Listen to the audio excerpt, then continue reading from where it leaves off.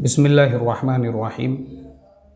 कुरैशी सोहेल साहब, इनका सवाल ये है कि हज़रत मैं ऑनलाइन ट्रेडिंग करता हूँ। मेरा सवाल ये है, जैसे किसी कंपनी का जो लॉट होता है फ्यूचर का 1000, 1200, 3000, 4000 शेयर का, तो वो ख़रीद कर हम एक ही दिन में प्रॉफिट से उसको बेच सकते हैं या नहीं बेच सकते हैं। सोहेल कुरैशी साहब, फ्यूचर ट्रेडिंग सराहतन हराम है, नाजायज़ है। किसी भी कंपनी का लॉट हो आप बिल्कुल नहीं ख़रीद सकते हैं। इस्लाम में आपको जो इजाज़त दी गई है वो सिर्फ़ कैश मार्केट में इक्विटी के अंदर आप जो है ख़रीदो फ़रोख्त कर सकते हो। फ्यूचर चाहे कमोडिटी का हो, फॉरेक्स का हो या फिर शेयर्स का हो, वो बिल्कुल हराम है, नाजायज़ है।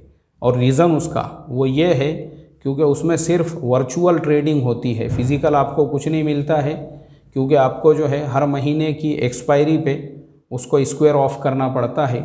तो इसके लिए वो नाजायज़ है, हराम है। अल्लाह हमारी हिफाजत फरमाए। अस्सलामु अलैकुम व रहमतुल्लाहि व बरकातुहू।